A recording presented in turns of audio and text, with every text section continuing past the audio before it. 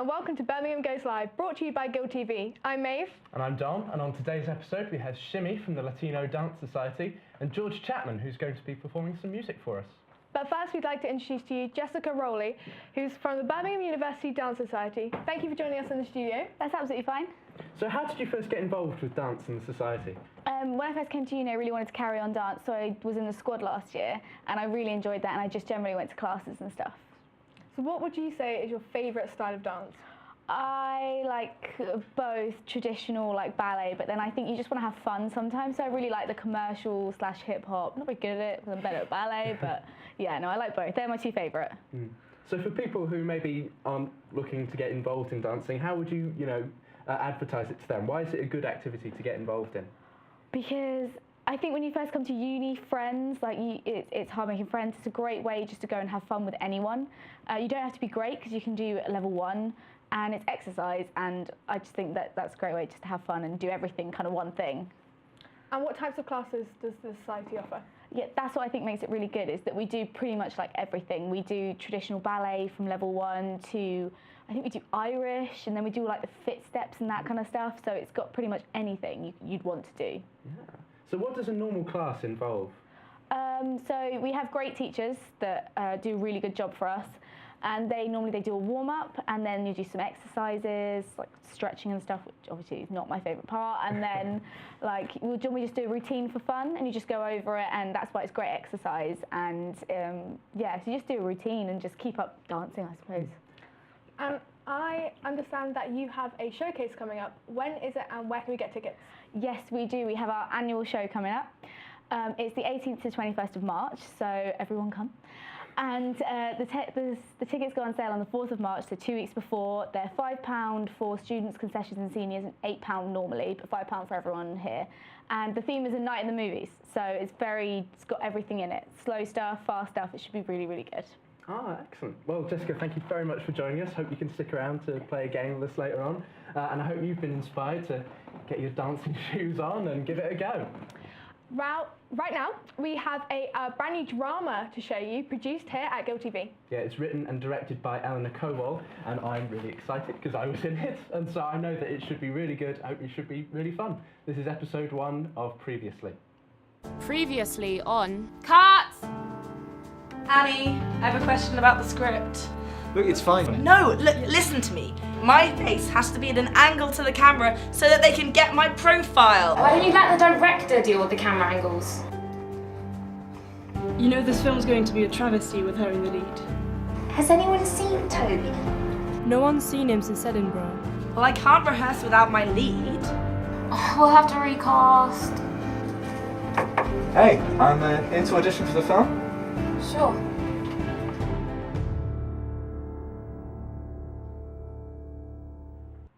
That was great, and I hope you can look forward to more episodes of that soon.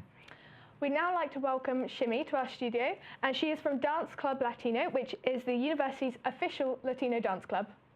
Welcome to the studio. Thank you for having me. Yeah, welcome to Guild TV. Now, I don't know much about Latino dancing. How would you explain it to somebody who doesn't know anything about it? Like me? Well, I would just say it's somewhere that you can go to just learn something new and have fun. It's a great way to meet new people. And it's just, we do all kinds of Latin dance. It's really fun. It's very relaxed. You don't need to worry about having a partner. You don't need to worry about having experience. It's just a great way to start your week off. So what is it that you personally like about Latino dance? As I just said, it's just a great way to meet people. It's really fun. It's very relaxed again. And it's just like, it teaches you social dancing, which is really fun when you go out to clubs as well. So I think that's my favorite aspect, like the social stuff. And what if somebody doesn't have a partner? Oh, well, you don't even have to worry about that because we start off the classes with lineups. And then when we do partner up, we actually have to switch around every 5 minutes so that we don't get too comfortable with one person. So you don't have to worry about having a partner at all. And when are the classes? The classes are on Monday nights from 8 to 10 p.m. We have beginners, and then we go to like a more intermediate level. And every other week we do have special workshops on Wednesdays sometimes. And do you have any performances coming up? Actually, on the 21st of February this month, so just in a couple weeks, we do have our salsa ball and dance festival. It's a full day of dance classes, and then we have a salsa ball at night with an after party. It has teachers from all around the UK. There's also a competition during lunchtime, and it's going to be amazing. It's an anti-Valentine's Day 50 Shades of Grey masquerade theme, so it should be pretty exciting. Oh, excellent. And I understand that members also get other benefits. Yes, members do get discounts and on the tickets as well as the classes, and we have amazing socials, so there's that aspect as well. Brilliant. Well, thank you very much for coming to talk to us today, and I hope the year ahead is excellent for the Dance Club Latino. Thank you. Now, as is tradition on BGL, we're going to play a little game with you. We're going to play Taboo All right. this week. So this week it's going to be dance themed because of our guests. So how it works is that you each have a list of words, and you will have to describe the words to the other person without using the word that's on the paper. If you use the word that's on the paper, then you have to skip it, and the person who guesses the most words wins. Okay? Right. So just if you want to go first, if you describe the words to Shimmy, Okay, yeah, that's fine. and we'll count how many you get, and we'll see who goes. Okay. Okay? So do I use words to... Use words to describe the word, but you can't. Okay, so not say- movements, right? Because I was about... Okay. Yeah, well, you can. Movements is fine. Try that. Okay, so Okay. there's a song, and you can say all that. Okay, things that it's a style of dance that's really sparkly, like cabaret, not ballet, not tap, not modern. Another style of dance. Contemporary Oh, jazz. yes. Okay, one. Okay, we'll give you 10 seconds if you can't. All right. We'll put a time limit. Next one. Okay, so Darcy Bustle, she did this type of dance. Really traditional. Everyone, you go on point. Ballet. Dance show that's on BBC One. It's got Test Alien. It used to have Bruce Forsyth. Do you know which one I'm on about? Do you know the name? No. Okay. That one. So when you do your dance, you do it in a certain type of rule. A dance. Does it? Oh, that's part of the word. Skip. Okay. So if you don't dance in a group, you may do a Solo. Yep. We're skipping that one. So one of the styles that is Latin and also Salsa. So okay, we'll skip that. Okay, so we've just talked about ballet and a really, really good ballet dance that I might have already mentioned. Jazz. A really good ballet dancer, name of a lady. I might have said it a few seconds ago. Don't worry. Don't worry. Okay, so hip hop, you do some of this and it's where you go on the floor. Breakdance. Yeah. Yes. Okay, very Shimmy, good. you scored 5. Cool. 5? Okay. That's not too bad at all. Well, I'm afraid we only have time for one round. But that was pretty successful. All right. 50%. That's a good rate. Sorry. So now we're going to be taking a look at the latest episode of a great new segment by Guild TV, which is called #UOB Talks. Yeah, it gives UOB students a chance to give their voice on popular current issues that are in the media today. So this week's UOB Talks is about the Sun's page 3. Let's take a look at what you had to say. Hi, this is UOB Talks, the show that asks you about today's pressing issues, and today we're talking about the Sun's page 3 controversy. What is your opinion on page 3, and do you think it should be allowed? I don't think it should be allowed. Very much like the debate that's been going on at the moment. I agree that it objectifies women. They've got token tagline as though they've got a thought, and I just think it's ridiculous that it's this day and age and there's still images of women in papers that kids can see. I don't really think it should be there purely because you don't have images of guys there. I think it's objectifying women. I'm not a fan. I don't understand why it's the news.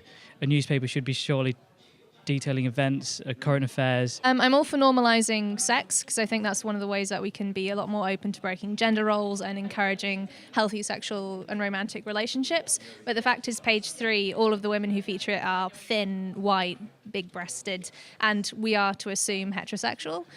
It's it's there. I've never really taken any notice of it, and I see why some people would want it. I also see why a lot of people wouldn't want it. But I don't really care about it enough. Do you think the temporary stopping of page 3 was just purely a publicity stunt?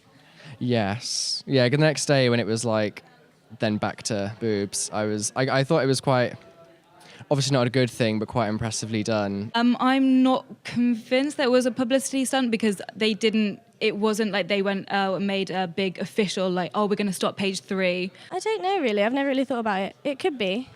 But I think with like the current situation, as in like recently people are there's a lot of feminist movements, so maybe that has a reason, like all the backlash towards that. 100%, especially if you consider that the other Murdoch-owned paper, which is The Times, published something alluding to the ending of page 3. It was very deliberate.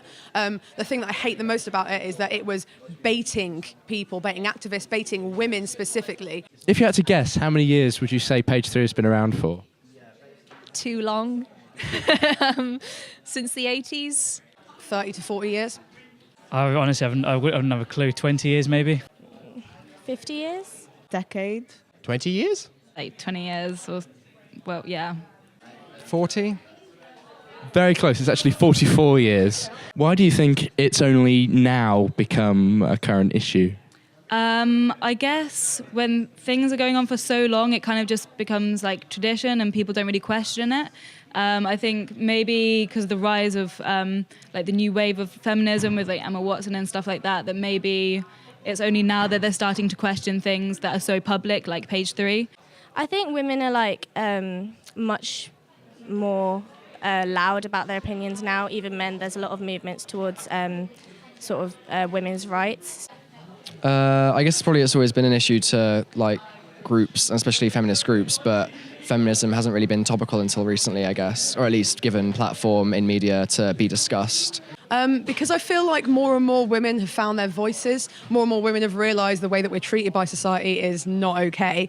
Obviously, women, so 30, 40 years ago, the feminist movement was big in the 70s, but more and more women are feeling more confident, more powerful about standing up against page 3. Do you think the debate on objectifying women in page 3 should take preference over objectifying women on the internet, for example? I think they should both be discussed equally. Like, medium doesn't really affect an issue. If an issue needs to be addressed, it should be addressed. I think they go hand in hand. They're caused by the same thing. They're propagated by the same people. I feel like this is a very particular fight that's a lot easier for us to win. It's a lot harder to have control about things that go on the internet, especially with the availability of so much free pornography. And finally, if there was a role reversal, and if page 3 used similar images of men, do you think that there would be the same sort of controversy and the same demand for its removal? God, no. Why? Have you ever watched This Morning? No. Okay, I have two sisters who'd watch it all the time. And on it one time, they had men on there in their boxers jumping up and down on a small trampoline closed up on the crotchal area to see how much movement there was. No one seemed to think that was a bad thing. Not initially. Maybe if you left it for 44 years, but yeah, no, I think it would be just a joke if it was reversed. Probably not if it was kind of the same society as we have now. Maybe if men had always been the ones who'd been like objectified and stuff like that, then maybe it would be that have like the same level of controversy. But if it was simply just that it was a man, I don't think we would have that same debate. I think you shouldn't. I think it's equally as objectifying towards the male sex as it is to the women's sex. So no. No, because the thing you tend to find with naked images of men is that they're not about being sexual objects. It's about showing these kind of images of male dominance and male power. So if you look at, for example, a cover of Men's Health, it's a big, naked, muscly man looking powerful, standing dominant in front of the camera. Look at the pictures of women in page 3. They're submissive. They're contorting their bodies into strange positions. It's very much there for the male gaze. It's not very common that men are portrayed in this kind of other way where they're a little bit less dominant, where they're more submissive. I don't think there would be the same backlash because there isn't the same societal power behind objectification of men as there is of women. Okay, that's great. Thank you very much. Thanks very much to everybody who took part in that episode of UOB Talks. There's a new episode out every week. And if you'd like to see all those episodes, you can follow us on guildtv.co.uk. We also are on YouTube, Facebook and Twitter. So now it's time for our guest to play another game. This one is called the Celebrity Game. So how it will work is you each take it in turns to name a celebrity, but you must name a celebrity whose name begins with the last letter of the previously mentioned celebrity. So if the person before you says David Beckham, you could say Madonna. You will have 10 seconds to name a celebrity, and the round in total will be 60 seconds long. If you don't name one in 10 seconds, then you forfeit the round. Okay? Yeah. Are you so ready? Are we timing this? Are you ready? Jess, do you want to start? Yeah, So- okay. Okay, so 3, 2, 1, go. David Beckham. Meryl Streep. Penelope Cruz. Does her name end with a Z or an E? Is that An E. What ends with an E? Penelope Cruz? Yeah, Cruz with an E. Oh my god. Eddie Vedder. That ends in It is. that ends in an R. Yes.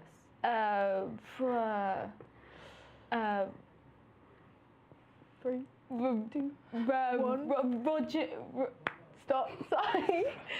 So, should we win that round? Okay, Okay. so we're going to play another one. Let's see if we can even out the score. Oh Okay. God. Okay, so do you want to start this time? Okay, so 3, 2, 1, go. Adam Lambert. Tom Cruise. Another E, isn't it? Whew, Eva Longoria. Okay. Our 5, 4, 3, 1. Okay, when you count. Okay, 2-0 to Shimmy. How many rounds is there? Let's play another one, and we'll just see if you can save you from the embarrassment. I've already lost then. Anyway. But you can get some pride in this Yeah. one. Okay, so do you want to start again? Okay. 3, 2, 1, go. Okay, so Victoria Beckham. Okay. Oh my god. Madonna. Again. Anna Kendrick. Ooh, good one. Kendrick Lamar. Rebecca Adlington. Oh, this is hotting up. Natalie Portman. Oh.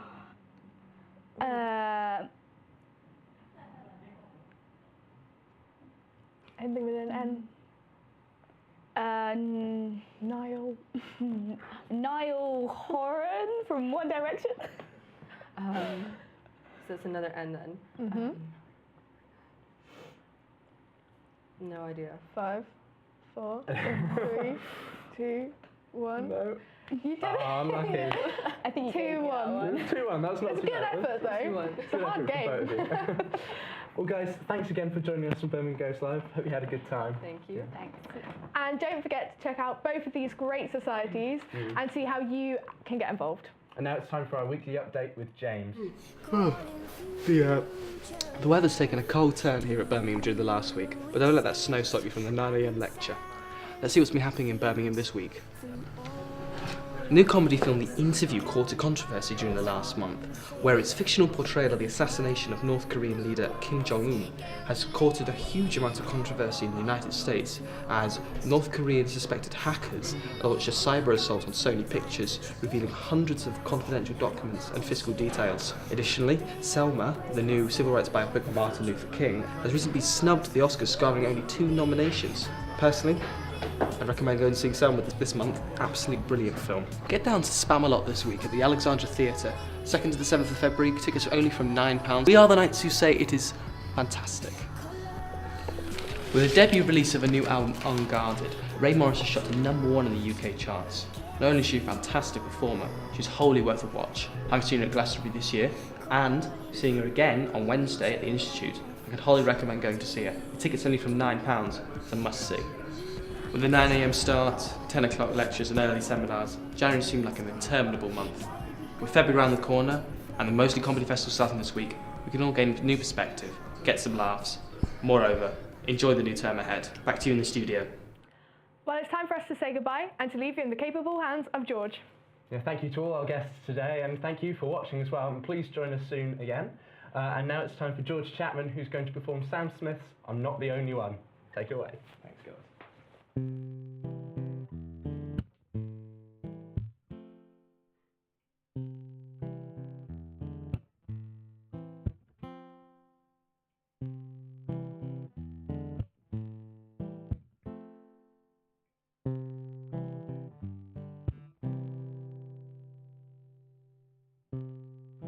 You and me, we made a vow, for better or for worse. I can't believe you've let me down, but the proof's in the way it hurts.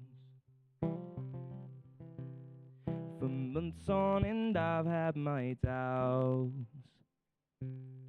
denying every tear. I wish this would be over now, but I know that I still need you here. And you say that I'm crazy. You don't think I know what you've done. When you call me baby, I know I'm not the only one. You've been so unavailable. Now sadly I know why. Your heart is unobtainable, even though God knows you have mine. You say that I'm crazy. You don't think I know what you've done. When you call me baby, I know I'm not the only one. I have loved you for many years. Baby, I'm just not enough. You made me realize my deepest fear, that lying and tearing us up. You say that I'm crazy. You don't think I know what you've done.